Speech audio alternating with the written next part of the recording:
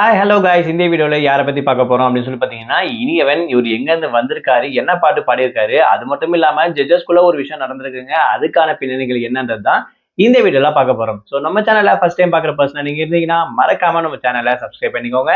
அப்பதான் நான் அடுத்தடுத்து போகிற வீடியோக்கான நோட்டிஃபிகேஷன்ஸ் அண்ட் பாப்அப்ஸ் வந்து உங்களுக்கு கண்டினியூஸாக கிடைச்சிக்கிட்டே இருக்கும்.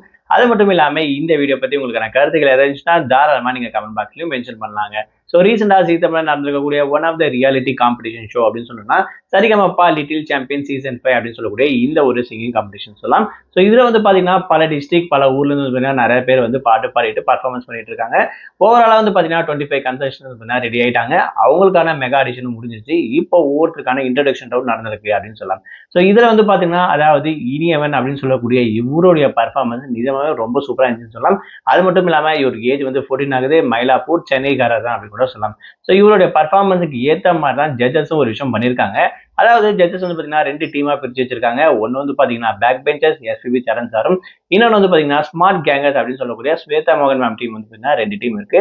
இந்த 2 டீம்ல யாராச்சும் ஒருத்தர் வந்து பார்த்தீங்கன்னா சூஸ் பண்ணணும். இது வந்து கான்செப்ட் வச்சுக்கலாம். நிஜமாவே பர்ஃபார்மன்ஸ் ஹெவியாகவும் சூப்பராகவும் இருந்தால் மட்டும்தான் இந்த 2 பேருமே போட்டி போட்டுட்டு வந்து அந்த பர்சனை சூஸ் பண்ணுவாங்க அப்படின்னு சொல்லலாம். ஸோ அந்த அளவுக்கு இனியவனுடைய பர்ஃபார்மன்ஸ் நிஜமாவே சூப்பராக இருந்துச்சு அப்படின்னு கூட சொல்லலாம். அதாவது ஊரெல்லாம் என் பாட்டு தான் அப்படின்னு சொல்லக்கூடிய இந்த ஒரு மெலோடி சாங்கை ரொம்பவே சூப்பராக பாடினார் அப்படின்னு சொல்லலாம். கண்டிப்பா இவருடைய பர்ஃபார்மன்ஸ்க்கு ஜட்ஜஸ் 2 பேருமே உங்களை எடுக்க வந்தது தப்பே கிடையாது அப்படின்னு சொல்லலாம். ஸோ அந்த வகையில எஸ்பிபி சரண் சார் வந்து பார்த்தீங்கன்னா இவரை சூஸ் பண்ணியிருப்பாரு. அதாவது பேக் பெஞ்சர்ஸ் டீமுக்கு. இவருடைய பர்ஃபார்மன்ஸ் வரப்போற நாட்கள்ல எப்படி இருக்கு, இன்னும் என்னென்னலாம் பண்ண போறாரு அப்படின்ற விஷயத்தை பொறுத்து வந்து பார்க்கலாம். ஜட்ஜஸ்குள்ள இந்த மாதிரி சின்ன சின்ன விளையாட்டு ஃபன் பிளஸ் போட்டு அந்த போட்டியாளர்களை சூஸ் பண்றதெல்லாம் பார்க்கும்போது ஸோ அடுத்த வாட்டி நம்ம இன்னும் நல்லா பர்ஃபார்மன்ஸ் பண்ணணும் அப்படின்னு சொல்லிட்டு கண்டிப்பா உள்ள இருக்கக்கூடிய போட்டியாளர்களும் யோசிப்பாங்க அப்படின்னு சொல்லலாம். ஸோ அந்த வகையில தான் இனியவன் இவருடைய பர்ஃபார்மன்ஸும் இருந்துச்சு. ஸோ வரப்போற நாட்களில் என்ன பண்ணுவார் அப்படின்னு சொல்லி பார்ப்போம். ஸோ இந்த வீடியோ பத்தி உங்களுடைய கமெண்ட்ஸ் இருந்துச்சுன்னா தாராளமா மறக்காம கமெண்ட் பாக்ஸ்ல மென்ஷன் பண்ணுங்க.